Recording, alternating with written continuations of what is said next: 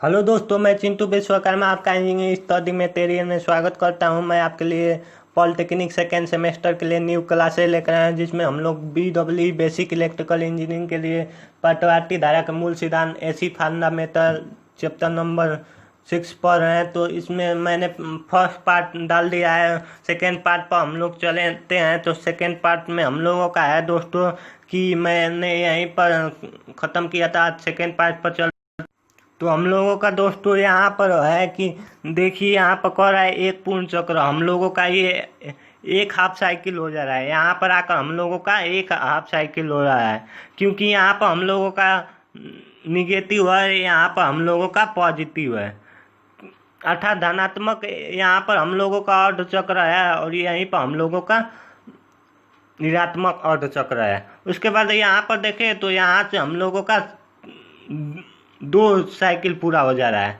उसके बाद यहाँ से हम लोगों का जो यहाँ से है, यहाँ से हम लोगों का 3T मतलब तीसरा हाफ साइकिल पूरा हो जा रहा है। इस चित्र में यही दिखाया गया। उसके बाद नेक्स्ट पर चलते हैं दोस्तों। तो हम लोग AC और DC में अंतर देख लेते हैं, difference between of AC and DC। तो देख लेते हैं क्या होता है। तो वह धारा जो पीरियडिकली अपनी दिशा में परिवर्तित होती रहती है, पटवाटी धारा होती है। पीरियडिकली मैंने क्या होता है, मैंने पहले वीडियो में बताया था। तो पीरियडिकली मैंने होता है उसी क्रम में बार बार पुनरावृत्ति। उसके बाद चलते हैं नेक्स्ट पॉइंट पर। तो वह धारा जो केवल एक ही दिशा में प्रवाहित होती है वह डायरेक्ट करंट कहलाती है। ये जो वह धारा जो पीरियडिकली अपनी दिशा में परिवर्तित होती है वह AC कहलाती है। वह धारा जो केवल एक ही दिशा में प्रवाहित होती है वह DC कहलाती है। उसके बाद देख लेते हैं अंतर क्या होता है। तो DC अनडायरेक्शनल एक दिशीय होती है, जबकि AC हम लोग का द्विदिशीय बाय डायरेक्शनल होती है। वह दिष्ट धारा की परिपथ में दिशा का मान नियर रहता है। ये कह रहा है दोस्तों कि ये जो DC होता है हम लोगों का एक दिशीय होता है और AC हम लोगों का द्विदिशीय होता है, और दिष्ट धारा का परिपथ हम लोगों का दिशा का मान नियत रहता है। उसके बाद में देखें तो हम लोगों का इसलिए इसे अस्थायी धारा कहते हैं, जबकि पटवाटी धारा का परिपथ में दिशा तथा मान लगातार परिवर्तित होता रहता है। धारा के मान में परिवर्तन कभी 0 से अधिकतम तक, कभी अधिकतम से 0 तक रहता है। जो हम लोगों का AC रहता है वह दोस्तों हम लोगों का कभी 0 से हम लोगों का अधिकतम तक चल जाता है, और कभी कभी हम लोगों का ये ऐसा होता है दोस्तों कि अधिकतम से हम लोगों का 0 तक आ जाता है। और जो DC होता है हम लोगों का AC यही होता है, और जो DC होता है तो DC हम लोगों का एक अस्थाई रहता है, अस्थाई धारा इसे कहते हैं। उसके बाद देख ले नोट में। तो यद्यपि बैटरी व सेल द्वारा प्रदान की जाने वाले DC का मान व धारा दोनों नियत रहती है, किंतु रेक्टिफायर की आउटपुट से प्राप्त DC की दिशा तो नियत रहती है, लेकिन मान में परिवर्तन होता रहता है। अतः ऐसी ऑन डायरेक्शनल धारा या वोल्टेज की DC कहलाती है, तथा इसमें धारा का नियत हेतु फिल्टर व वोल्टेज रेगुलेटर का प्रयोग किया जाता है। जो हम लोगों का बैटरी सेल होता है वह दोस्तों हम लोग जानते हैं कि वह DC होती है। उसके बाद नेक्स्ट पॉइंट देखें तो धारा का मान सदैव निश्चित होती है। हम लोगों का AC है, उस जो हम लोगों का DC है दोस्तों उसका मान सदैव निश्चित रहता है, जबकि हम लोगों का AC का मान होता है वह आवर्त रूप में बदलती रहता है, मतलब पीरियडिकली बदलती रहती है। क्रम की बार बार पुनरावृत्ति होती रहती है पीरियडिकली। उसके बाद देख लेते हैं नेक्स्ट पॉइंट। तो अर्थात एक निश्चित समय अंतराल तक धारा एक दिशा में बहती है तथा उसके बाद एक निश्चित समय अंतराल पर विपरीत दिशा में बहती है। जो हम लोगों का AC होता है दोस्तों वह धारा एक ही दिशा में बहती है तथा उसके बाद एक निश्चित समय अंतराल तक विपरीत दिशा में बहने लगती है, तथा उपरोक्त अंतरालों टाइम इंटरवल को पॉजिटिव हाफ साइकिल व निगेटिव हाफ साइकिल कहा जाता है। उसके बाद देख लेते हैं तो 6.3 A में प्रदर्शित परिपथ में V का मान बैटरी जो कि DC स्रोत होती है, प्रतिरोध R को सीरीज में। जो हम लोगों का दोस्तों ये 6.3 है चित्र देख लेते हैं। पहले 6.3 में क्या कर रहा है, तो ये छोटी लाइन निगेटिव टर्मिनल है और ये बड़ी लाइन पॉजिटिव टर्मिनल है।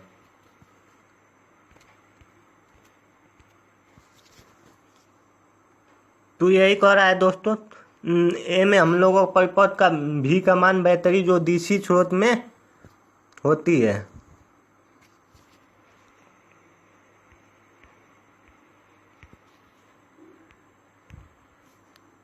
उसके बाद देख लेते हैं दोस्तों नेक्स्ट पॉइंट। तो नेक्स्ट पॉइंट कह रहा है दोस्तों कि डीसी स्रोत होती है जो परिपथ आर को सीरीज में कनेक्ट किया जाता है, अतः इस बैटरी के कारण इसमें आई बराबर भी बता आर का मान डिस्ट धारा में परिपथ में प्रवाहित होती है।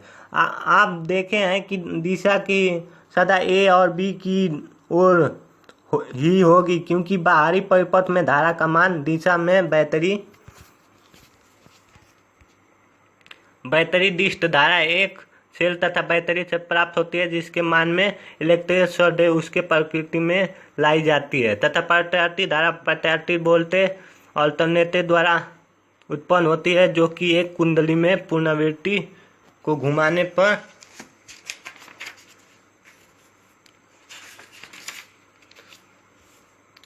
से प्राप्त होती है, चुंबकीय क्षेत्र में घुमाने से प्राप्त होती है। उसके बाद नेक्स्ट पॉइंट देख लेते हो, डीसी व एसी वोल्टेज स्रोत के संकेत चिन्ह प्रदर्शित किए गए हैं। हम लोग देख लेते हैं, तो ये हम लोग का डीसी होता है और ये हम लोगों का एसी है, यही हम लोगों का चिन्ह है, संकेत चिन्ह। तो इसी से हम लोग समझ लेंगे कि कौन डीसी है कौन एसी है। तो ये छोटी लाइन निगेटिव टर्मिनल की बड़ी लाइन है, ये हम लोगों का जो होता है, ये बड़ी वाली लाइन जो बनी है दोस्तों, ये हम लोगों का पॉजिटिव होता है और जो छोटी लाइन होती है वह निगेटिव होता है। और यहीं देखें तो सेकेंड बी में देखें तो ये एसी वोल्टेज होता है। उसके बाद चलते हैं नेक्स्ट पर। तो दिश धारा का मान किसी भी दिशा में मान संपूर्ण समय तक उसके औसत मान तक प्रकट करता है, जबकि प्रत्यावर्ती धारा में एक आवर्त काल में औसत मान शून्य होता है, क्योंकि पॉजिटिव और निगेटिव हाफ साइकिल को वैल्यू एक दूसरे को कैंसिल कर देती है। देख लेते हैं दोस्तों, तो दिश धारा को किसी दिशा में मान संपूर्ण समय में उसका औसत मान को प्रकट करता है, और जबकि हम लोग प्रत्यावर्ती धारा में एक आवर्त काल में औसत मान शून्य होता है। जो डीसी धारा होता है दोस्तों, उसका औसत मान संपूर्ण समय के साथ औसत मान को प्रकट करता है, और जो एसी होता है दोस्तों, ये औसत मान शून्य होता है, क्योंकि पॉजिटिव और निगेटिव हाफ साइकिल वैल्यू एक दूसरे को कैंसिल कर देती है। उसके बाद नेक्स्ट चले तो किसी यंत्र द्वारा डिस्ट धारा को तात्क्षणिक मान नापा जाता है, जबकि यंत्र द्वारा प्रत्यावर्ती धारा को वर्णों को औसत मान का वर्गमूल आरएमएस तथा रूट मीन स्क्वायर वैल्यू नापा जाता है। उसके बाद नेक्स्ट पॉइंट चले तो डीसी एक स्थान से दूसरे स्थान तक संचरण ट्रांसमिशन कठिन तक महंगा होता है, जबकि एसी का संचरण सुविधाजनक होती है और यह संचरण में ऊर्जा का क्षय अपेक्षाकृत कम होता है। इसलिए एसी को ट्रांसमिटिंग इन पर स्टैंड अप ट्रांसफार्मर द्वारा स्टेम्ड अप किया जाता है, रिसीविंग इन पर स्टेप डाउन ट्रांसफार्मर द्वारा स्टेप डाउन किया जाता है। उसके बाद नेक्स्ट पॉइंट चले तो दोस्तों, भारत में घरेलू उपयोग के लिए सप्लाई की जाने वाली एसी की आवृत्ति 50 हर्ट्ज तक होती है, जबकि अमेरिका में 7 हर्ट्ज है। ध्यान दें कि ये डीसी की आवृत्ति सदा शून्य होती है।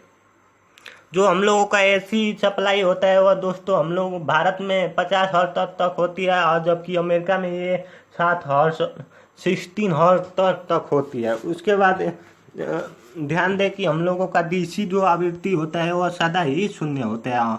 उसके बाद हम लोग देख लेते हैं चित्र में, तो ये साइनसॉइडल है और ट्रायंगुलर है और ये स्क्वायर है और ये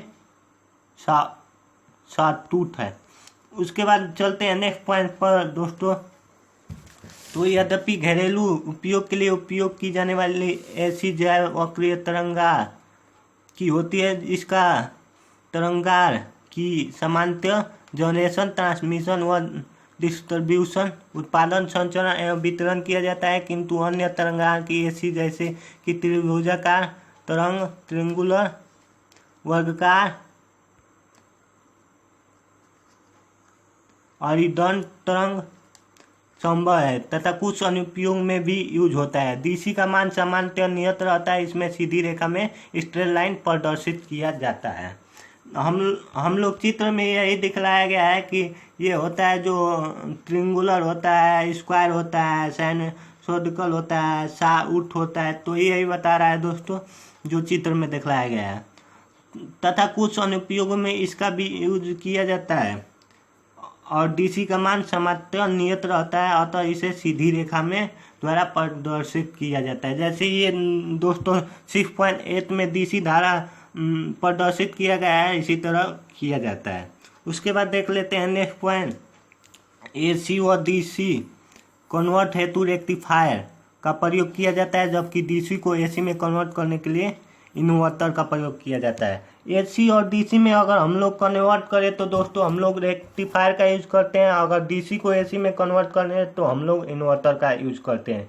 ये महत्वपूर्ण पॉइंट है। उसके बाद देख ले नेक्स्ट पॉइंट, तो एसी का उपयोग घरेलू उपकरणों, उद्योगों आदि में प्रयोग किया जाता है, जबकि डीसी का उपयोग इलेक्ट्रॉनिक उपकरणों, इलेक्ट्रोप्लेटिंग, फ्लैश लाइटिंग आदि में किया जाता है।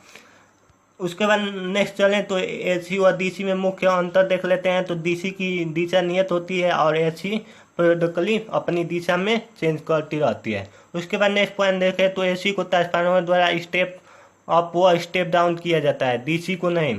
एसी घरेलू उपकरणों या उद्योगों में यूज की जाती है, जबकि डीसी इलेक्ट्रॉनिक उपकरणों में। एसी को रेक्टिफायर द्वारा डीसी में कन्वर्ट किया जाता है, डीसी को इन्वर्टर द्वारा एसी में कन्वर्ट किया जाता है। एसी की आवृत्ति विभिन्न देशों में मानकों में अनुसार 50 हर्ट्ज तथा 60 हर्ट्ज होती है, जबकि डीसी की आवृत्ति 0 होती है। यही हम लोगों का अंतर है मुख्य। उसके बाद देख लेते हैं अगला दोस्तों, तो हम लोग पढ़ेंगे कि तुलना क्या होता है एसी और डीसी में तुलना। तो पहला देख लेते हैं एसी। तो एसी की दिशा समय के साथ पीरियडिकली रिवर्स होती रहती है, जबकि एसी द्विदिशीय होता है। इसकी आवृत्ति घरेलू उपयोग के लिए 50 हर्ट्ज तक होती है। इसका ट्रांसफार्मर द्वारा स्टेप अप स्टेप डाउन किया जा सकता है। इसको वक्रीय तरंग, त्रिभुजाकार तरंग, वक्राकार तरंग, आवर्धन तरंग द्वारा प्रदर्शित किया जाता है। इसको घरेलू उपकरणों व उद्योगों में प्रयुक्त किया जाता है। उसी तरह डीसी में देखें तो एसी अदिशीय होती है, इसकी दिशा सदैव एक ही रहती है। डीसी को आवृत्ति सादा 0 होती है, इसमें ट्रांसफार्मर का प्रयोग नहीं किया जाता है। इसकी सीधी रेखा एक ही प्रदर्शित किया जाता है जो डीसी का होता है, और इसको इलेक्ट्रॉनिक उपकरणों, इलेक्ट्रोप्लेटिंग इत्यादि में प्रयोग किया जाता है डीसी को दोस्तों। तो यहीं पर मैं आपका वीडियो समाप्त करता हूँ। थैंक यू दोस्तों, मेरे वीडियो को ज़्यादा से ज़्यादा दोस्तों में शेयर कीजिए। थैंक यू दोस्तों।